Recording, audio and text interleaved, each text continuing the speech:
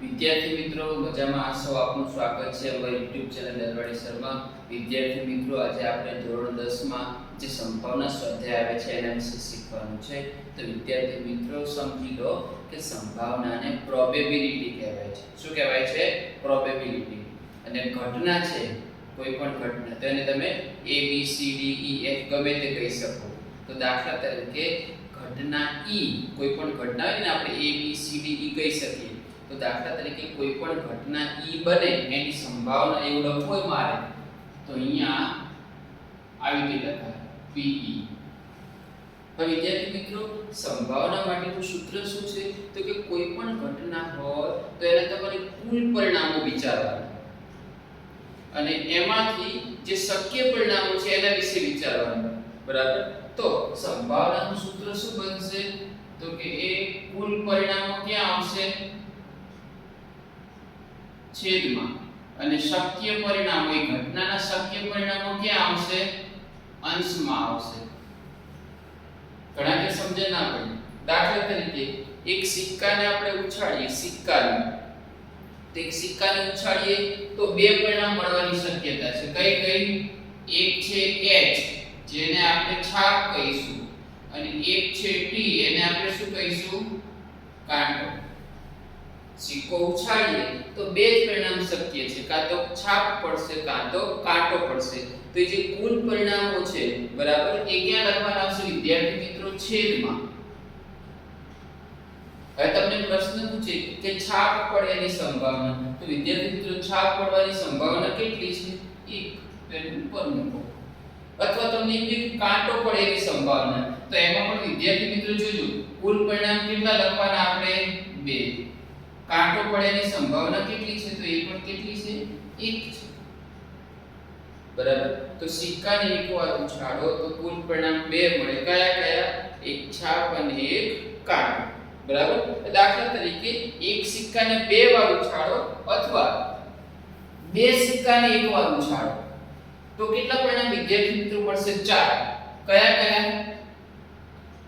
HH HT TT અને TH. ફરી ધ્યાન રાખજો વિદ્યાર્થી મિત્રો, એક સિક્કાને 2 વાર અથવા 2 સિક્કાને એક સાથે ઉછાળીએ તો કેટલા પરિણામ મળશે? 4. બરાબર? તો અહીં કુલ પરિણામ કેટલા લખી નાખશું આપણે? 4. હવે આમાંથી ગમે તે પ્રશ્ન પૂછે તો ભાઈ એકવાર છાપ પડેની સંભાવના, તો તમે જોઈ શકો છો વિદ્યાર્થી મિત્રો કે એકવાર છાપ પડેની સંભાવના કેટલી છે? 2. એક HT અને TH. આ બંનેમાં એક વખત છાપ છે તો અહીંયા 2/4 મતલબ કે 2 કા 2 2 4. આવી રીતે એકવાર કાંટો પડેની સંભાવના, તો વિદ્યાર્થી મિત્રો એ જ બે પરિણામો છે કે જેની અંદર એક વખત કાંટો છે. જુઓ છે ને એક વખત કાંટો, તો એમાં પણ શું આવશે? 2/4 એટલે 1/2. બરાબર? પછી બંને ઉપર છાપ પડે તો બંને ઉપર છાપ પડે એવું કેટલું પરિણામ છે વિદ્યાર્થી મિત્રો? 1. તો એ વખતે શું આવશે? કુલ પરિણામ તો 4 જ રહેશે. 1/4. બંને ઉપર કાંટા મળે તો બંને ઉપર કાંટા મળેની સંભાવના કેટલી છે? 1/4. વિદ્યાર્થી મિત્રો ઘણી વખત એવું પૂછે કે ઓછામાં ઓછી એક છાપ મળે, તો વિદ્યાર્થી મિત્રો ઓછામાં ઓછી એક છાપ મળે તેનો અર્થ કેવો થાય? ઓછામાં ઓછા એટલે એટલા કે એટલાથી વધુ. તો ઓછામાં ઓછી એક છાપ એટલે એક છાપ કે એકથી વધુ છાપ મળે. બરાબર? તો અહીંયા આપણે ઓછામાં ઓછી એકનો અર્થ લઈશું એક છાપ કે એકથી વધુ. તો એક છાપ વાળા આ પરિણામ છે અને ઓછામાં ઓછી એકનો વિદ્યાર્થી મિત્રો એવો અર્થ થાય છે કે એક કે એકથી વધુ. તો અહીંયા એકથી વધુમાં 2 છાપ પણ ચાલે. તો આ સંજોગોમાં તમારા શક્ય પરિણામો કેટલા થશે? 3 થશે અને છેદમાં કુલ પરિણામો 4. આનો નાનો ભાગ થઈ શકતો નથી. બરાબર? એવી જ રીતે તમને એવું કે વધુમાં વધુ એક કાંટો, તો વિદ્યાર્થી મિત્રો વધુમાં વધુ કે તો એટલા કે n થી ઓછા, તો વધુમાં વધુ એક કાંટો એટલે કે 1 કે 1 થી ઓછા એટલે કે 0. તો આપણે એ કયા પરિણામ લઈશું? એક કાંટો હોય અને 0 કાંટો એટલે કે એક પણ કાંટો ન હોય. તો પહેલા એક કાંટો હોય એવા પરિણામો છે આ બે. અને 1 થી ઓછા એટલે કે 0.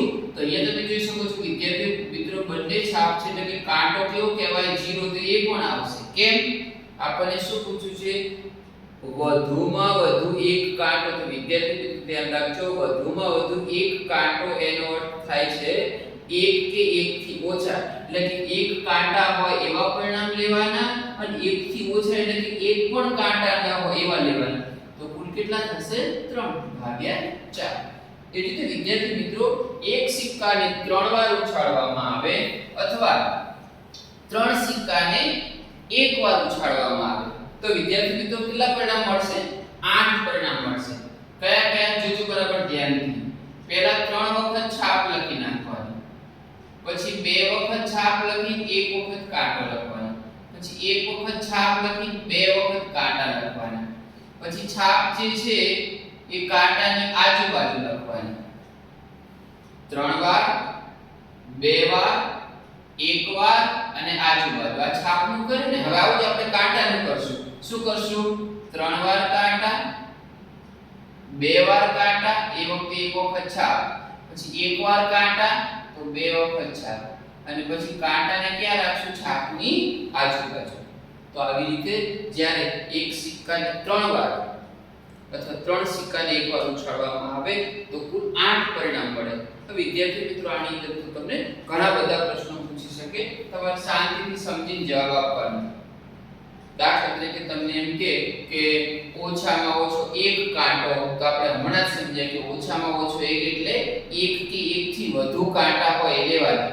તો પહેલા આપણે એક કાંટો હોય એવા પરિણામ લઈએ. તો આ 1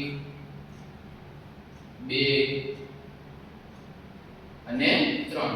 ઓછામાં ઓછા એકનો મતલબ થાય છે વિદ્યાર્થી મિત્રો એક કાંટો કે એકથી વધુ. તો એક કાંટો હવે આપણે 2 કાંટા હોય એવા પરિણામ લઈશું.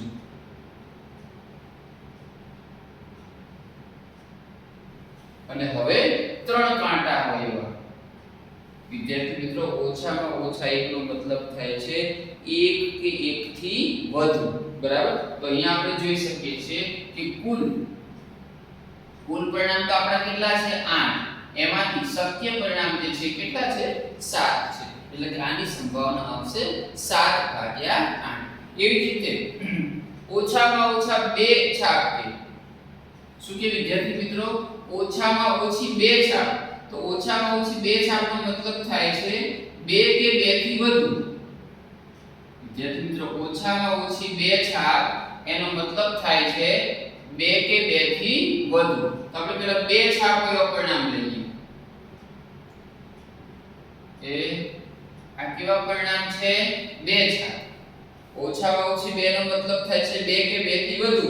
તો હવે 2 થી વધુ એટલે કેટલી છાપ લઈશું આપણે? 3. તો જોઈએ કુલ શક્ય પરિણામ કેટલા છે? 1 2 3 અને 4. તો શક્ય પરિણામ 4, કુલ પરિણામ 8. તો 4 * 4 4 2 8. હજુ આનો નાનો ભાગ થઈ શકે 0.5. બરાબર વિદ્યાર્થી મિત્રો? તો ફરી ધ્યાન રાખજો, સિક્કાને એક વાર ઉછાળો તો 2 પરિણામ મળે, 2 વાર ઉછાળો તો 4 પરિણામ મળે, 3 વાર ઉછાળો તો 8 પરિણામ મળે, 4 વાર ઉછાળો તો 16 પરિણામ મળે. હવે આ જાણવું કેવી રીતે? તો એના માટે એક સૂત્ર છે 2 ની n ઘાત. 2 ની કેટલી ઘાત લેવાની? n ઘાત. ક્યારે? સિક્કાની વાત ચાલતી હોય ત્યારે. બરાબર? તો n ઘાત એટલે આપણે સિક્કો જેટલી વખત ઉછાળીએ છીએ એ લેવાનું. દાખલા તરીકે તમે સિક્કાને એક વખત ઉછાળો છો તો 2 ની 1 ઘાત કેટલી થાય? 2. દાખલા તરીકે સિક્કાને તમે 2 વાર ઉછાળો છો તો 2 ની 2 ઘાત કેટલી થશે? 4. દાખલા તરીકે સિક્કાને તમે 3 વાર ઉછાળો છો તો 2 * 2 * 2 એટલે કેટલા થશે? 8. દાખલા તરીકે તમે સિક્કાને 4 વાર ઉછાળો છો તો 2 * 2 * 2 * 2 તો કેટલા થશે? 16. તો યાદ રાખજો વિદ્યાર્થી મિત્રો, ખાસ જ્યારે સિક્કાને ઉછાળવામાં આવે ત્યારે. બરાબર? હવે આપણે એક વાત ખાસ સમજી લેવી જોઈએ કે કોઈ પણ ઘટનાની સંભાવના કેટલી હોય છે વિદ્યાર્થી મિત્રો? તો કોઈ પણ ઘટનાની સંભાવના વિદ્યાર્થી મિત્રો 0 કે તેથી વધુ હોય છે. બરાબર? કોઈ પણ ઘટનાની સંભાવના કેટલી હોય છે? 0 કે તેથી વધુ અને 1 કે તેથી ઓછી. કોઈ પણ ઘટનાની સંભાવના વિદ્યાર્થી મિત્રો 0 કે તેથી વધુ અને 1 કે તેથી ઓછી હોય છે. તો જે અશક્ય ઘટના છે ને, અશક્ય ઘટના એની સંભાવના કેટલી હોય છે? 0. અને જે ચોક્કસ ઘટના છે, ચોક્કસ ઘટના એની સંભાવના કેટલી છે વિદ્યાર્થી મિત્રો? 1. દાખલા તરીકે અશક્ય ઘટનામાં આપણે એવું કહીએ કે 80 ગુણના પ્રશ્નપત્રમાં 81 ગુણ મળવાની સંભાવના, તો વિદ્યાર્થી મિત્રો આ શક્ય છે નહીં, તો એને અશક્ય ઘટના કહેવાય, એની સંભાવના 0. જ્યારે સૂર્ય પૂર્વમાં ઉગે છે તો વિદ્યાર્થી મિત્રો ચોક્કસ ઘટના છે અને ચોક્કસ ઘટનાની સંભાવના કેટલી હોય? 1. તો ટૂંકમાં આપણે એટલું સમજીએ કે જે સંભાવના છે એ સંભાવનાનો ગાળો કેટલો હોય છે, બરાબર? તો આપણે દાખલા તરીકે કોઈ ઘટનાની સંભાવનાને Pe કહીએ તો એ ઘટના કઈ હોઈ શકે? તો વિદ્યાર્થી મિત્રો 0, દાખલા તરીકે આ Pe છે કોઈ ઘટનાની સંભાવના તો કેટલી હોઈ શકે?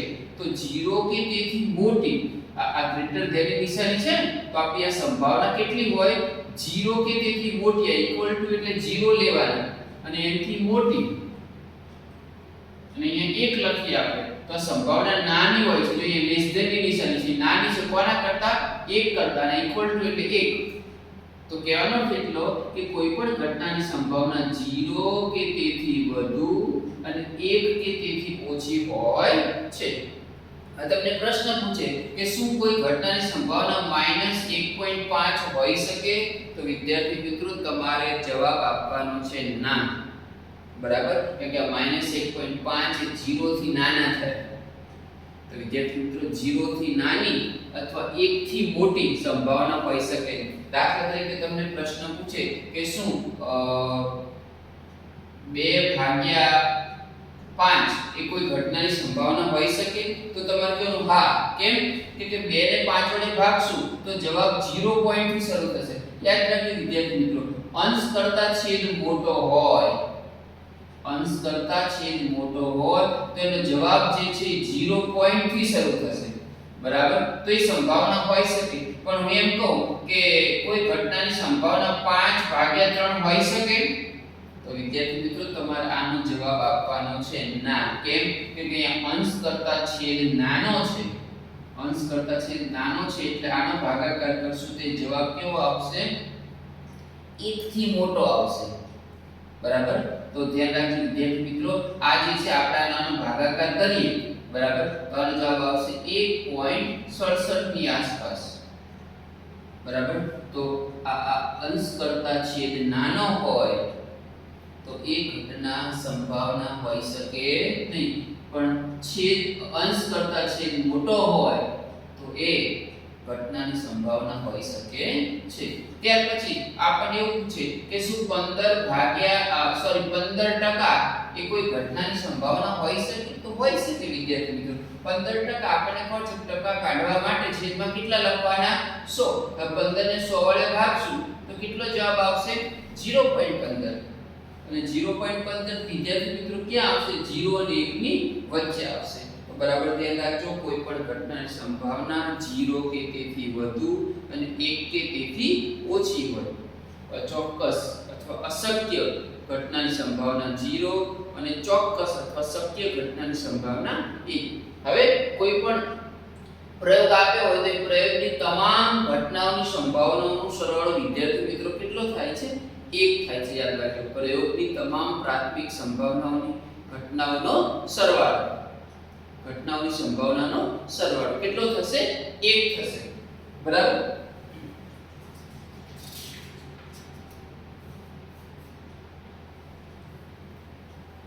ત્યાર પછી વિદ્યાર્થી મિત્રો આપણે સિક્કાની વાત કરીએ ને હમણાં, હવે આપણે પાસાની વાત કરીએ. તો પેલો પાસો આવે છે ને, આપણે રમીએ છીએ સમતોલ પાસો. તો સમતોલ પાસાને એકવાર ઉછાળતા વિદ્યાર્થી મિત્રો કેટલા પરિણામ મળે?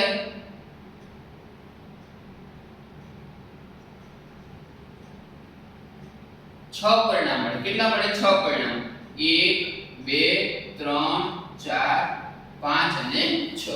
હવે આની અંદર જુદા જુદા પ્રશ્નો પૂછી શકે. આ 6 એ આપણા કુલ પરિણામ છે. હવે તમને એમ કે સમતોલ પાસાને એકવાર ઉછાળતા હવે તમને શેની સંભાવના પૂછે કે યુગ્મ સંખ્યાની.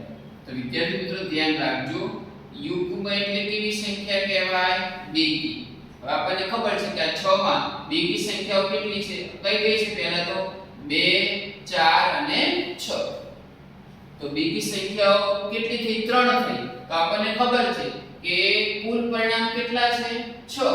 અને આપણી જે સંભાવના પૂછી છે યુગ્મ સંખ્યાની એટલે કે શક્ય પરિણામો કેટલા થયા? 3.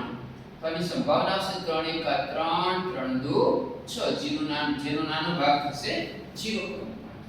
યુગ્મની જગ્યાએ વિદ્યાર્થી મિત્રો અયુગ્મ સંખ્યા જેને આપણે નાના ધોરણમાં એકી સંખ્યાઓ કહેતા હતા. તો અયુગ્મ એટલે વિદ્યાર્થી મિત્રો કઈ આવશે? તો કે 1 3 અને 5. તો આ પણ કેટલી થશે? 3 થશે. કુલ કેટલા છે? 6. તો 3 ભાગ્યા 6 એટલે કે 1 ભાગ્યા 2 બરાબર 0.5. એવી રીતે વિદ્યાર્થી મિત્રો અવિભાજ્ય સંખ્યા છે. અવિભાજ્ય તો આપણને ખબર છે કે જે સંખ્યા પોતાના એકના ઘડિયા સિવાય કોઈનામાં ના આવે એને અવિભાજ્ય સંખ્યા કહેવાય. તો વિદ્યાર્થી મિત્રો અહીંયા આપણે અવિભાજ્ય સંખ્યામાં એકને છોડી દઈશું. એક પ્રાકૃતિક સંખ્યા છે એને છોડી દઈશું. તો કઈ કઈ અવિભાજ્ય સંખ્યા છે? તો કે 2 3 અને 5. લિસ્ટ તો બહુ મોટું છે પણ આપણે અહીંયા 1 થી 6 માંથી અવિભાજ્ય સંખ્યા શોધવાની છે. તો 3 આવશે. કઈ કઈ? 2 3 અને 5. તો એની સંભાવના કરતી વખતે તે શક્ય પરિણામ 3 કુલ પરિણામ 6 એટલે કે 1 ભાગ્યા 2 બરાબર 0.5. તો જુદા જુદા પ્રશ્નો પૂછી શકે ઘણા બધા. પછી તમને એમ કે 2 થી મોટી, તો 2 થી મોટી વિદ્યાર્થી મિત્રો કઈ સંખ્યા આવશે? 3 4 5 અને 6. બરાબર છે. તમને 2 થી મોટી એવી કે તો 2 થી મોટી કઈ છે? 3 4 5 6. તો શક્ય પરિણામ કેટલા? 4. કુલ પરિણામ 6. તો આનો નાનો ભાગ પાડશું. બંનેને 2 વડે ભાગી શકાય. તો 2 2 4 અને 2 3 6. એ જ રીતે તમને એમ કે 3 થી નાની તો કઈ આવશે? 1 અને 2. તો જુદા જુદા પ્રશ્નો પૂછી શકે વિદ્યાર્થી મિત્રો તમને. બરાબર. હવે આપણે પાસાને એકવાર ઉછાળતા જોયું ને. હવે વિદ્યાર્થી મિત્રો પાસાને 2 વાર ઉછાળતા અથવા 2 પાસાને એકવાર ઉછાળતા કેટલા પરિણામો મળશે? 36. વિદ્યાર્થી મિત્રો ધ્યાન રાખજો, એક પાસાને 2 વાર અથવા 2 પાસાને એકવાર ઉછાળો તો કુલ 36 પરિણામ મળે. બરાબર. પાસાને 2 વાર ઉછાળતા અથવા એક પાસાને 2 વાર ઉછાળતા અથવા 2 પાસાને એક વાર ઉછાળતા. બંનેનો અર્થ સરખો થાય વિદ્યાર્થી મિત્રો. ફરીથી એક પાસાને 2 વાર ઉછાળો અથવા 2 પાસાને એક વાર ઉછાળો, સરખા અર્થ થાય. કુલ 36 પરિણામ મળે. કયા છે વિદ્યાર્થી મિત્રો? તો અહીંયા લખું છું 1 1 1 2 1 3 1 4 1 5 1 6 પહેલા 1 રાખવાના, પાછળ 1 થી 6. હવે 2 રાખશું પહેલા નંબરે એટલે 2 1 2 2 2 3 2 4 2 5 2 6 3 1 3 2 3 3 3 4 3 5 3 6 4 1 4 2 4 3 4 4 4 5 4 6 5 1 5 2 5 3 5 4 5 5 5 6 6 1 6 2 6 3 6 4 6 5 અને 6 6. વિદ્યાર્થી મિત્રો પાછળ 1 2 3 4 5 6 રાખવાનું દર વખતે. જ્યારે પહેલા દર વખતે એકડો, પછી બગડો, પછી તગડો, એવી રીતે. બરાબર છે, તો કુલ 36 પરિણામ મળે. વિદ્યાર્થી મિત્રો આની અંદરથી જેટલા પ્રશ્નો પૂછવા હોય એટલા પૂછી શકાય. દાખલા તરીકે તમને એમ કે બે અંકોનો સરવાળો 5 થાય, તો પહેલા તો આપણે કુલ પરિણામ વિદ્યાર્થી મિત્રો કેટલા લખી નાખીએ 36. હવે બે અંકો પાછા પર જે અંકો આવે ને એનો સરવાળો 5 થાય, તો વિદ્યાર્થી મિત્રો 5 થાય એવો સરવાળો કયો છે જુઓ, 1 4 2 3 3 2 અને 4. તો કુલ પરિણામ 36 છે અને શક્ય પરિણામ કયા આવશે તો 4. કયા કયા 1 4 2 3 3 2 અને 4. તો અહીંયા નાનો ભાગ કરશું આપણે 4 1 4 અને 4 9 36. હવે વિદ્યાર્થી મિત્રો આ સરવાળાનું પૂછી શકે. તમને એમ કે સરવાળો 2 થી ઓછો, તો વિદ્યાર્થી મિત્રો અહીંયા સરવાળો 2 થાય, 2 થી ઓછો એકેયમાં થશે જ નહીં. તો 2 થી ઓછો કે તો એની સંભાવના કેટલી કહેવાની 0. એટલે તમને એમ કે સરવાળો 12 થી વધુ, તો વિદ્યાર્થી મિત્રો વધુ સરવાળો 12 થવાનો છે, 12 થી વધુ થવાનો નથી. એટલે 12 થી વધુ થાય એવો સરવાળો પૂછે તો સંભાવના કેટલી આવશે 0. એ રીતે વિદ્યાર્થી મિત્રો તમને એમ કે સરવાળો 2 કે તેથી વધુ, સરવાળો 2 કે તેથી વધુ થાય એવું પૂછે તો વિદ્યાર્થી મિત્રો 36 એ 36 પરિણામો આવશે. બરાબર, સરવાળો 2 કે તેથી વધુ કે ને તો 36 એ 36 પરિણામ આવશે. અહીંયા કુલ પરિણામ એ 36 અને શક્ય પરિણામ એ 36, તો એની સંભાવના કેટલી થશે 1. એ રીતે સરવાળો 12 કે તેથી ઓછો, તો વિદ્યાર્થી મિત્રો સરવાળો 12 કે તેથી ઓછો કે તો એની અંદર પણ 36 એ 36 પરિણામો આવશે. એટલે કે કુલ પરિણામ એ 36 અને શક્ય પરિણામ એ 36, તો એની સંભાવના કેટલી થશે 1. તો વિદ્યાર્થી મિત્રો આવા ઘણા બધા પ્રશ્નો પૂછી શકે. દાખલા તરીકે તમને એમ કે સરવાળો 5 વડે વિભાજ્ય, સરવાળો 5 વડે કેવો હોય વિભાજ્ય. તો વિદ્યાર્થી મિત્રો આપણને ખબર છે કે 5 વડે વિભાજ્ય હોય તો એમાં 5 નો ઘડિયો બોલવાનો 5 10 પછી 15 નહીં લે વિદ્યાર્થી મિત્રો કે અહીંયા મોટો સરવાળો 12 છે એટલે 15 તો થવાનો છે જ નહીં. તો અંકોનો સરવાળો 5 વડે વિભાજ્ય હોય એ માટે તમારે કયા પરિણામો લેવાના કે જેનો સરવાળો 5 અને 10 થતો હોય. તો એમ 5 અને 10 થતો એવો સરવાળો કયો છે તો પહેલા તો 5 સરવાળો થતો એવા લઈ લઈએ 1 4 2 3 3 2 4 1. હવે 10 સરવાળો થતો હોય એવા તો ઉપર તો એકેનો સરવાળો નહીં 10 થાય 1 4 6 1 5 5 અને 6 4. તો 5 વડે વિભાજ્ય હોય એવા કયા સરવાળા 5 અને 10. બરાબર, તો એમાં કેટલા પરિણામ તો 1 2 3 4 5 6 અને 7. તો વિદ્યાર્થી મિત્રો શક્ય પરિણામ 7 થશે અને કુલ પરિણામ તો આપણને ખબર છે કેટલા થાય 36. તો એટલે સરવાળો આટલો થાય, ગુણાકાર આટલો થાય અથવા આટલા વડે ભાગી શકાય. આવા ઘણા બધા પ્રશ્નો પૂછી શકે. તો હવે ધ્યાનથી પ્રશ્નને સમજી અને પછી આરામથી જવાબ આપી શકો. ઓકે, આટલું જોઈ લેજો શાંતિથી. એકવાર, બે વાર, ત્રણ વાર જોશો તો આવડી જશે. પછીનું જે છે આપણે નેક્સ્ટ વિડિયોમાં જોઈશું. ઓકે.